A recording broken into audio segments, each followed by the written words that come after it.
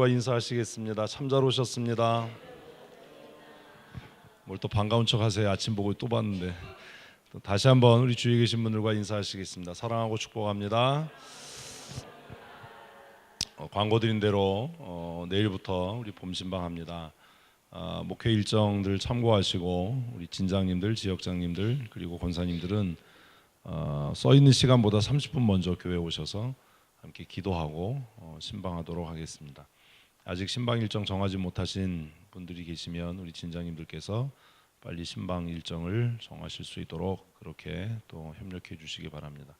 아이들이 2달 동안 말레이시아에 있다가 돌아와서 이제 새 학기, 새 학년 시작하는데 학교 생활 잘 적응할 수 있도록 또 관심 가져주시고 또 기도해 주셨으면 좋겠습니다. 오늘 우리 목사님 통해서 우리 GMS 선교 전략과 정책 또 교단 선교 회가 무엇을 하는지 하는 것들을 우리가 함께 말씀을 나눌 겁니다. 뭐 설교 형태는 아니고 우리 교회가 올해 이제 목표로 삼은 것 중에 중요한 선교 역량을 더 성숙시키고 강화하는 그 첫 번째 시간이 될 텐데요. 잘 들으시고 우리 GMS 총회 선교회를 통해서 하나님께서 이루고자 하시는 그 선교의 귀한 사명들을 우리 교회가 잘 감당하는 교회 될 수 있도록 우리 함께 마음을 모았으면 좋겠습니다. 우리 목사님 통해서 말씀 듣기 전에 우리 먼저 오늘 주보에 있는 대로 하나님 우리에게 말씀을 사모하는 은혜, 말씀을 깨닫는 은혜, 또 말씀대로 사는 삶 살아가게 하여 주시옵소서. 우리 한번 함께 한 목소리로 합심해서 기도하겠습니다. 하나님 아버지, 우리 각 사람에게 날마다 하나님의 진리의 말씀 사모할 수 있는 은혜를 더하시니 감사합니다. 어제 온종일 또 요한복음 말씀을 우리가 함께 묵상하며 하나님의 말씀이 어떠한지 그 말씀이 주신 은혜가 무엇인지를 깨달을 수 있는 은혜 주시니 감사합니다.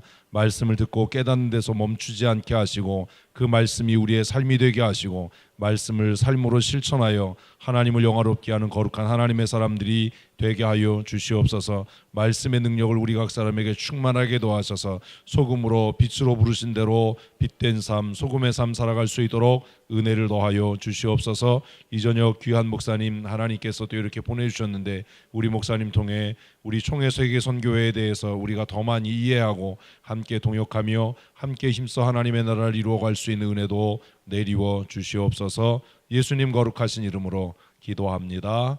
아멘.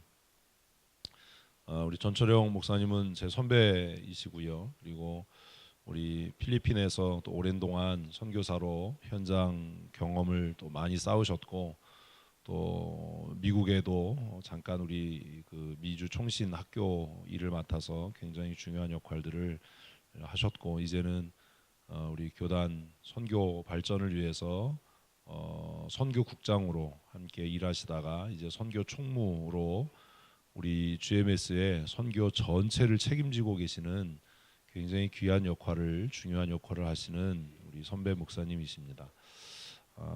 우리 교회가 GMS 본부하고 너무 멀어서 아마 힘들고 어려운 걸음이셨을 거고요. 오늘 오전에 우리 양성창 목사님 세인교회에서 오늘 내일 이틀 동안 지금 부흥회를 하셔요.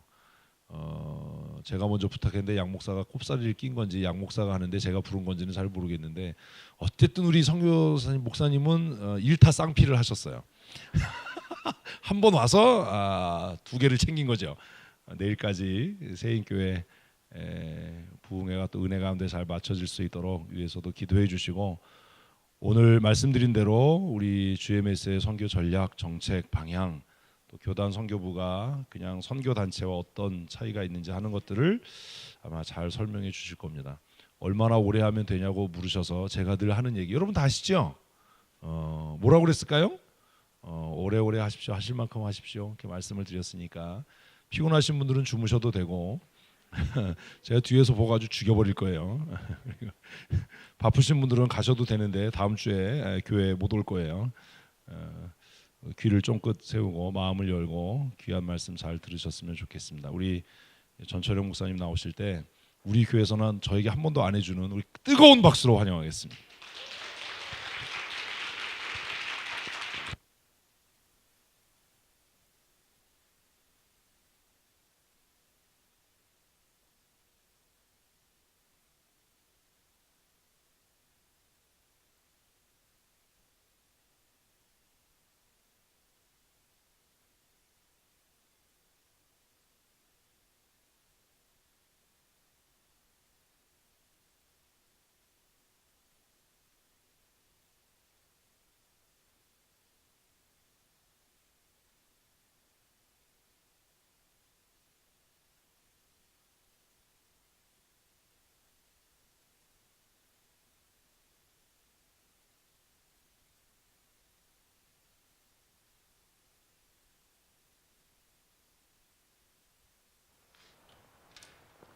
예, 저녁 시간인데도 불구하고 담임 목사님의 강압인지 아니면 자발적 참여인지 잘 모르겠지만 이렇게 또 저녁까지 자리 지켜주셔서 감사합니다. 이 최근에 한국교회가 이 저녁 때 이렇게 모일 수 있는 교회가 사실은 많지 않다는 것을 제가 잘 알고 있는데 반갑고요. 또 이 목사님이 목회하는 곳에 이렇게 설 수 있어서 감사드리고 또 선교하는 교회에 성도님들과 함께 할 수 있어서 매우 감사합니다.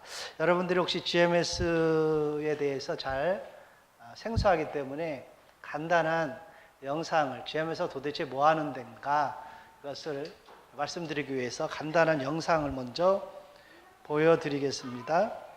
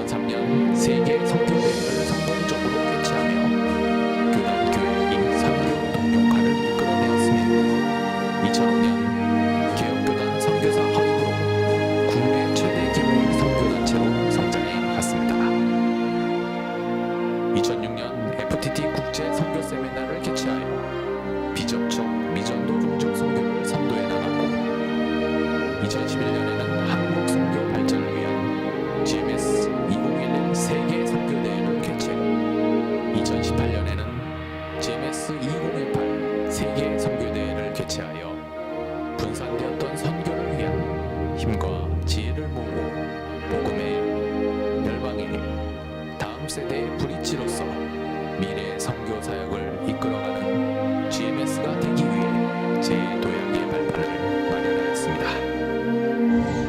이렇게 오직 선교를 위한 사명 하나를 이어 GMS 20년 수많은 영혼이 주님께 돌아오고 또 수많은 영혼을 향해 나아가는 주님의 역사를 이루어가고 있습니다. 이제 20년을 맞이한 GMS는 새로운 리더십을 구축하고 새로운 역사를 계속 세워나가고 있습니다. 지역 선교를 활성화하고 선교사 목적을 위한 다양한 경험을 통해 선교 집중력을 올리고 전략적인 선교, 삶의 현장을 만들어가고 주님의 영장을 기념하고 힘차게 달려갈 것입니다. 주님이 주신 사랑을 받으시고 주님과 함께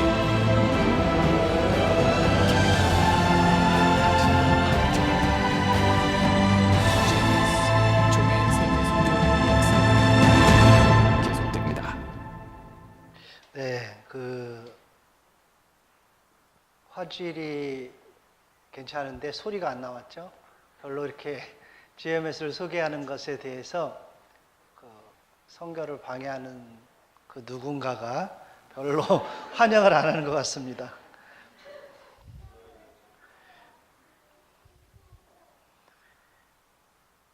예, 그 GMS라는 용어를 들어는 보셨지만 확실하게 이해를 잘 못하실 수 있어서 제가 설명을 조금 하도록 하겠습니다.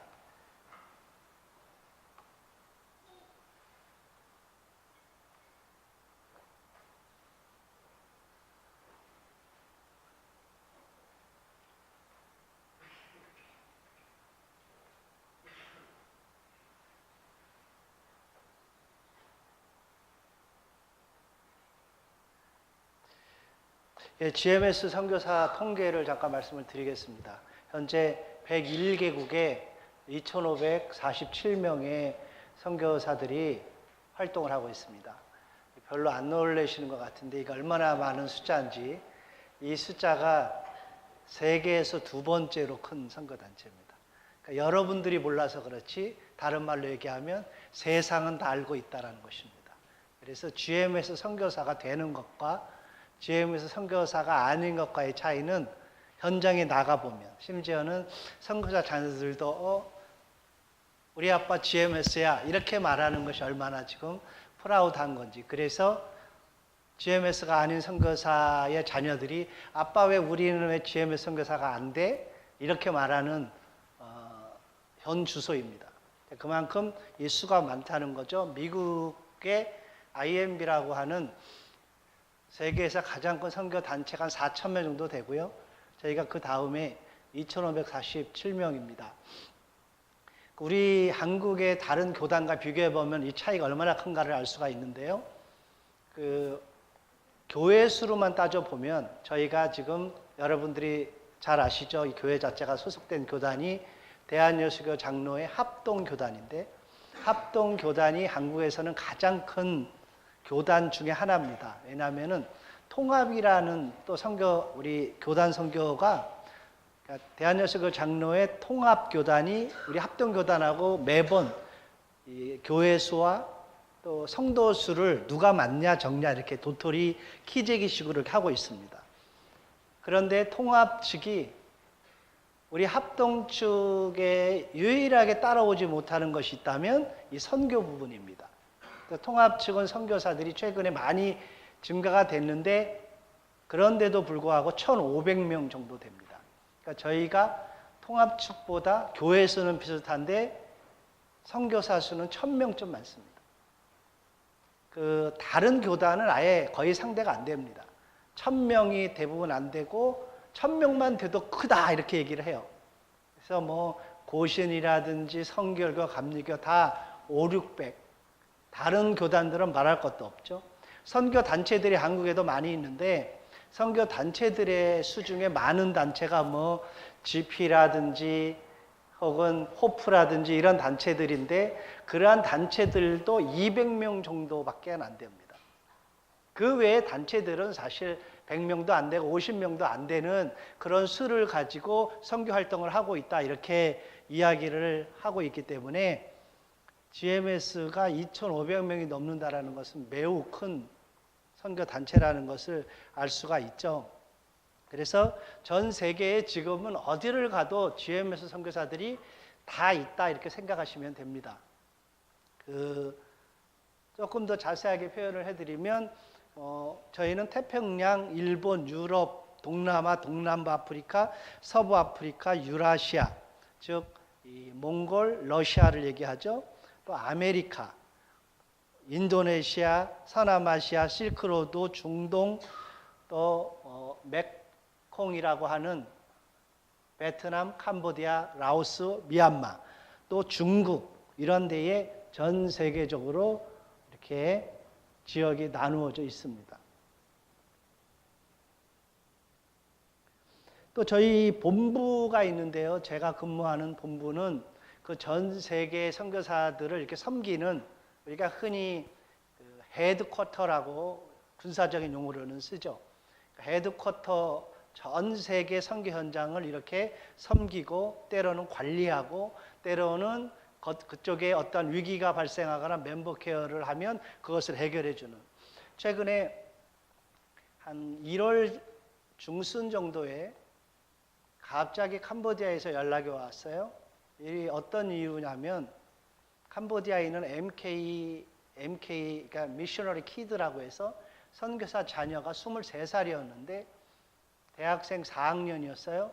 근데 심한 독감이 걸려서 부모는 뭐 선교사들이 보통 그러거든요. 독감 걸리면 그냥 쉬어.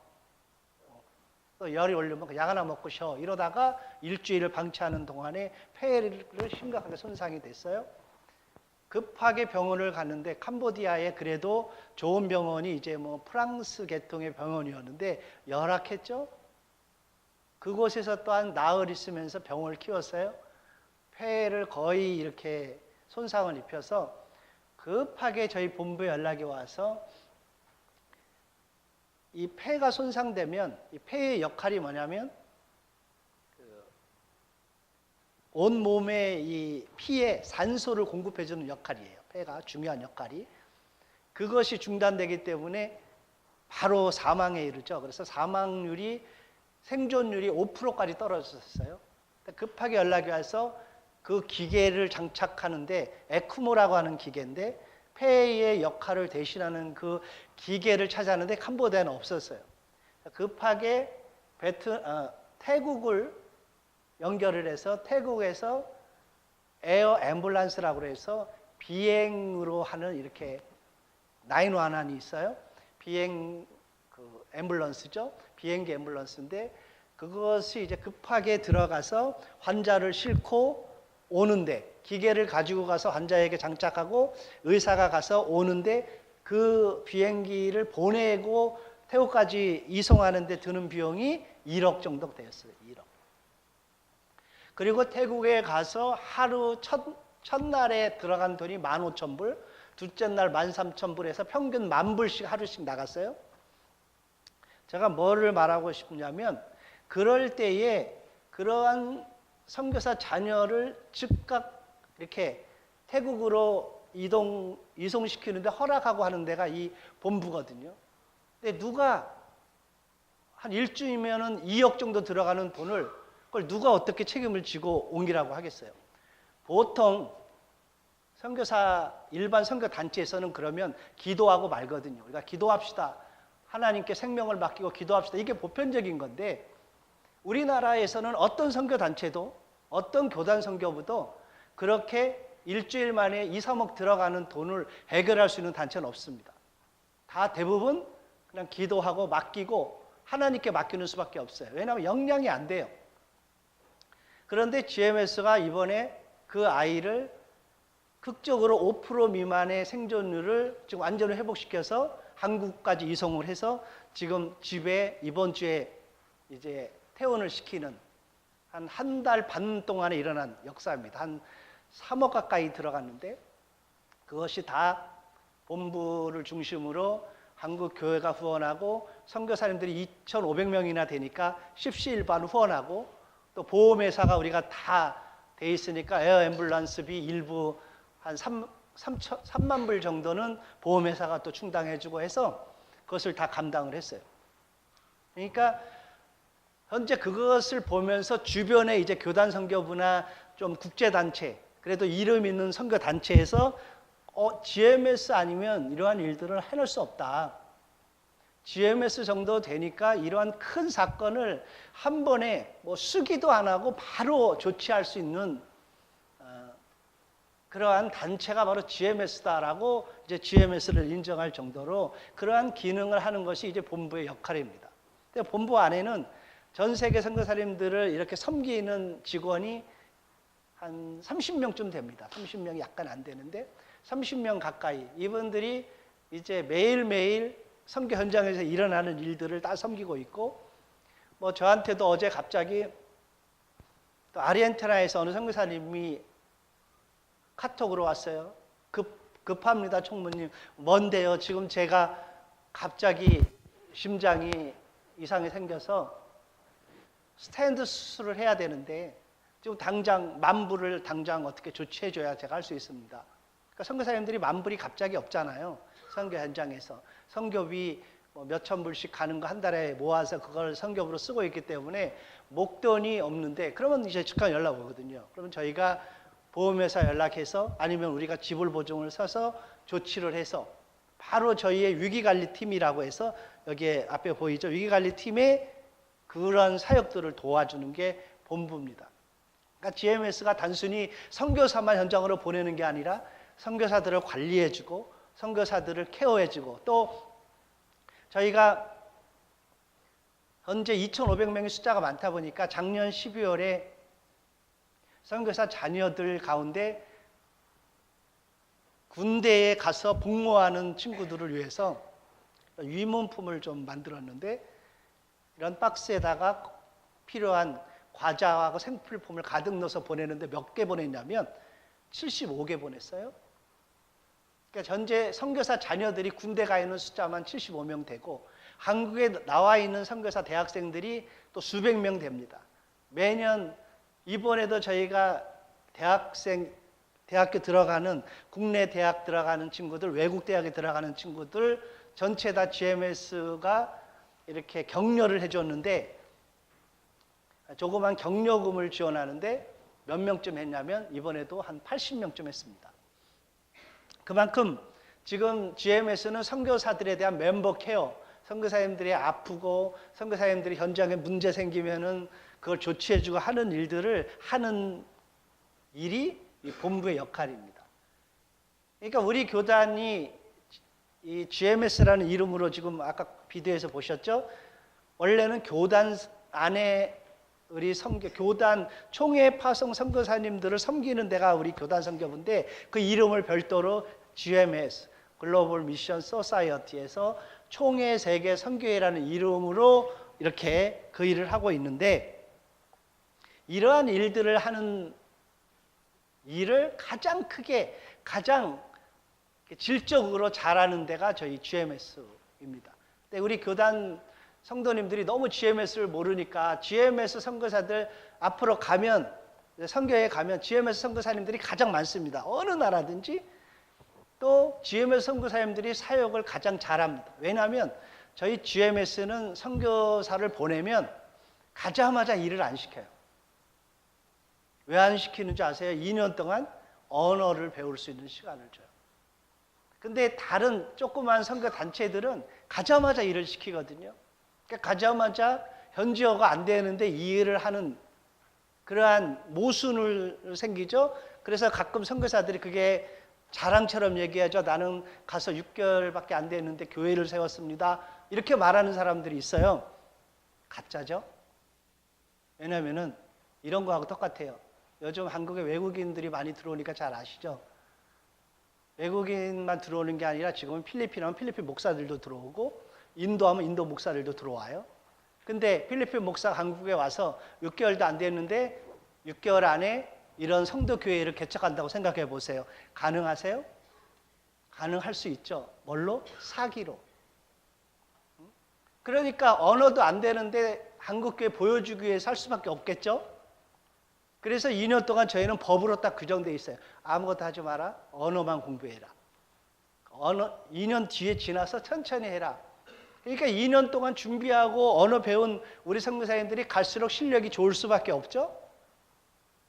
그래서 훨씬 더 현지에서 뛰어난 선교사들이 GMS가 많이 나와요. 물론 GMS 선교사님들이 수가 많다 보니까 그 가운데 일부는 뭐 그런 룰을 잘 안 지키는 사람이 있지만 대부분은 선교 현장에서 그러한 일들을 잘 해요. 또 본부는 그러한 일을 더 잘할 수 있도록 관리하죠.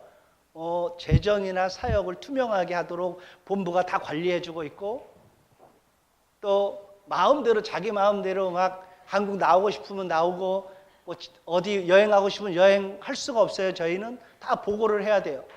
저희 본부에 제가 언제부터 한국에 방문할 일이 있습니다. 허락해 주십시오 하면 오케이 해야 들어와요. 뭐 그런 체계가 없는 단체들은 자기 마음대로죠. 가고 싶은 데 가고 하고 싶은 거 하고, 교회를 하나 줘도 저희는 본부에다 보고를 해야 돼요. 내가 이번에 2천만 원짜리 교회를 집니다. 허락해 주세요. 그리고 후원은 어느 교회에서 들어옵니다. 다 이게 투명하게 가고 있어요. 그리고 3개월마다 선교사들이 재정 보고 사역 보고를 본부에 해야 돼요. 나는 이런 사역을 했습니다. 또 이런 재정을 썼습니다.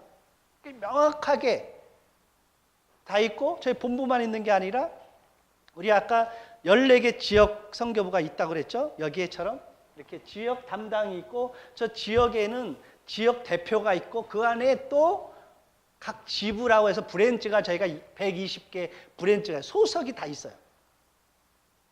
그래서 혼자 막 자기 마음대로 하는 구조가 아니에요. 조직화되어 있죠. 이렇게 조직화되어 있고 체계적인 단체는 한국에는 거의 없습니다. 무슨 일만 벌어지면 다른 교단, 수없이 많은 교단이나 조그만 선교 단체들이 우리한테 문의해 와요. 이것은 어떻게 해야 돼요? 이것은 저렇게 해야 돼요. 다 문의해 와요. 그런 것들이 지금 한국교회에서 가장 앞서고 있고, 우리 GMS가 또 교단 교회들이 선교를 하는, 모아서 하는 거기 때문에 그만큼 더 이제 체계가 더 잡혀져 있다고 볼 수가 있습니다. 그리고 MK도 MK 사역팀이 있어서 그들을 위해서 매년 수련회도 개최해주고, 또 해외에서도 개최해주고, 또 선교사들마다 우리가 수련회와 또 선교 전략회의를 하고, 이러한 일들을 계속해서 GMS가 하고 있습니다. 좀 사역들을 살펴보면 뭐 지역은 이렇게 나눠져 있죠. 우리가 아시아에서 가장 많아요. 지금 한 60%가 아시아에 있고, 유럽에도 있고, 아프리카에 있고, 중남미 있고, 또 북미에도 있고, 뭐 이렇게 나눠져 있습니다. 우리 GMS가 선교사가 가장 많은 곳이 중국이었어요. 그 다음에 태국, 필리핀, 일본, 인도네시아, 이렇게 한 지역에 있는 선교사들이 지역별로 적어도 100명 이상 되는 선교부가 한 6, 7개 정도 되는, 그렇게 규모가 있는 단체라는 것을 볼 수가 있죠. 그럼 도대체 GMS가 어떤 것을 선교적으로 가장 가치를 두느냐, 뭐 흔히 우리가 얘기하는 핵심 가치, 코어 밸류가 뭐냐, GMS 선교가 도대체 어떤 선교를 하는 거냐, 크게는 4가지 정도라고 생각해요. 4가지. 하나가 정체성이에요. 정체성. 그러니까 저희는 선교사를 보내는 기관이 아니고 GMS 선교사를 보내는 기관이에요. 가끔 GMS 선교사로 나가지 않고, 저희 GMS 선교사로 나가려면 규율이 좀 세거든요. 훈련도 한 3개월 받아야 되고, 훈련 받기 전에 자격 심사를 다 해요. 우리 본부도 하고 목사님들도 하고. 여기 이정환 목사님이 뭐 한 3개월에 한 번씩 본부에 내려오는 것도 저희 본부가 다 면접하면 또 우리 이사 목사님들이 개별적으로 다 면담을 해요. 적절한지 적절하지 않은지. 그리고 훈련 끝나고 또 이 사람이 선교사로 적합한지 적합하지 않은지에 대해서 훈련을 쫙 시키니까 이게 복잡하잖아요. 그러니까 GMS에 안 들어오고 자꾸 이렇게 쉬운 대로 가는 거예요. 저희 가면 그냥 파송해주고 또 별로 까다롭지도 않대 이렇게 얘기를 하니까 가는 거죠. 근데 가서 보면 후회하거든요. 가서 막상 선교지에 가보면 제일 먼저 물어보는 게 선교사. 우리 한국 사람들은 희한하잖아요. 가면 나이는 몇 살이냐, 어디에서 왔냐, 학교는 어디 나왔냐. 그러면서 꼭 더 하나 물어보는 게 있어요. 단체는 어디냐. 그러면 벌써 GMS 같으면 GMS군요. GMS라는 자체가 벌써 이 사람을 신뢰하게끔 만드는데 다른 조그만 단체들은 그래요? 다 시큰둥하거든요. 그러니까 거기서 3년, 심지어는 15년 한 사람도 다시 GMS로 나 GMS 선교사가 되고 싶어요 하고 훈련받으러 들어와요. 우리가 매년 1년에 3번 훈련이 있는데 그 중에 한 번은 이제 그렇게 제가 지금 말씀드린 선교 현장에 처음에 GMS에서 소속으로 안 가고 개별적인 아니면 조그만 선교 단체로 나간 사람들이 GMS로 들어오고 싶어서 문을 두드리는 거예요. 저 다시 GMS 되고 싶어요. 제가 지금부터 GMS 선교사 되고 싶어요. 그러면 저희는 똑같이 이제 그런 사람들을 면접하고 또 훈련을 다시 시키거든요. 그래서 이 GMS 선교사를 만드는 거예요. 저희는 선교사를 배출하는 기관이 아니고 GMS 선교사를 배출해요. 왜 GMS 선교사가 중요하냐? 그거를 제가 이제 설명을 드리려고. 그 첫 번째가 정체성이에요. 아이덴티티가 있어야죠. GMS 선교사는.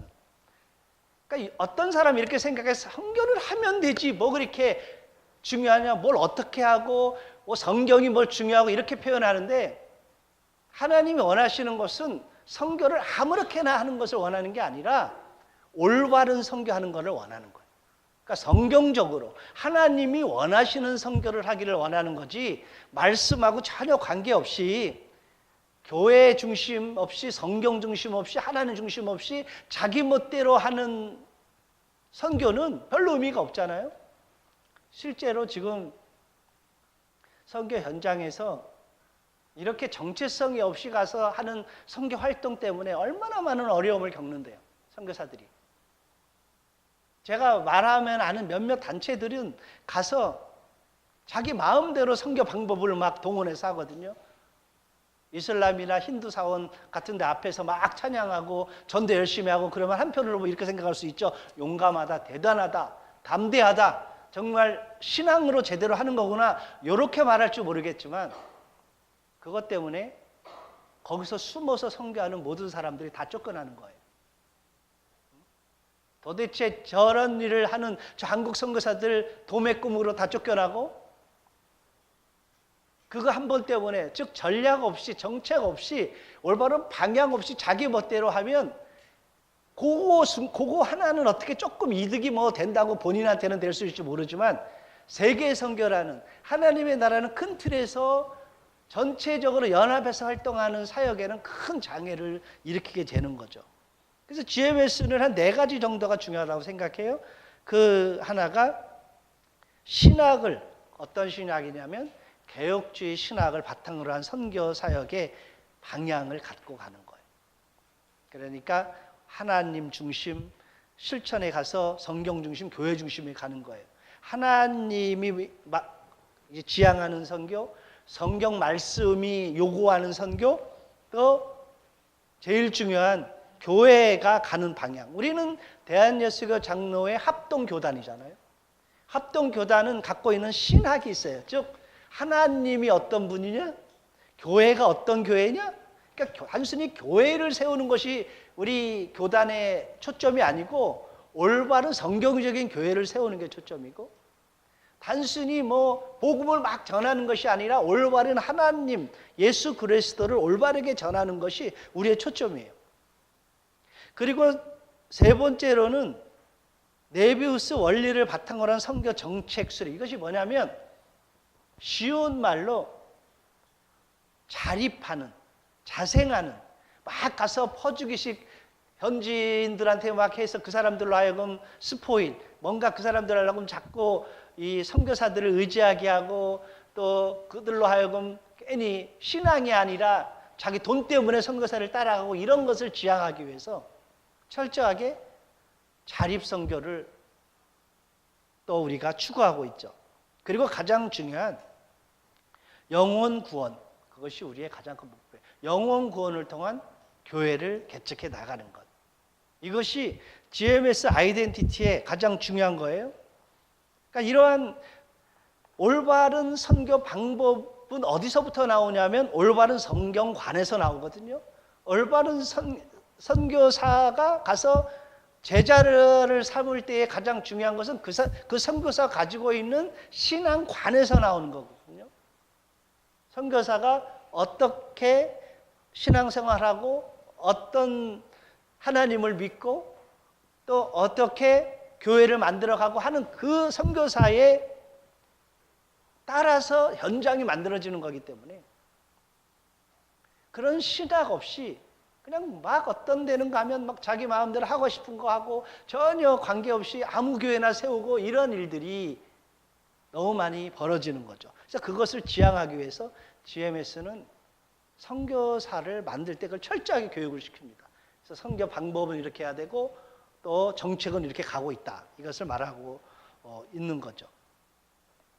최근에 이런 일들을 잘하기 위해서 이제 슈퍼 GMS라고 GMS가 추구하는 것이 이제 현지인들에 가서 섬김 잘하고 현지인들과 하나됨 잘하고 또 기도하는 일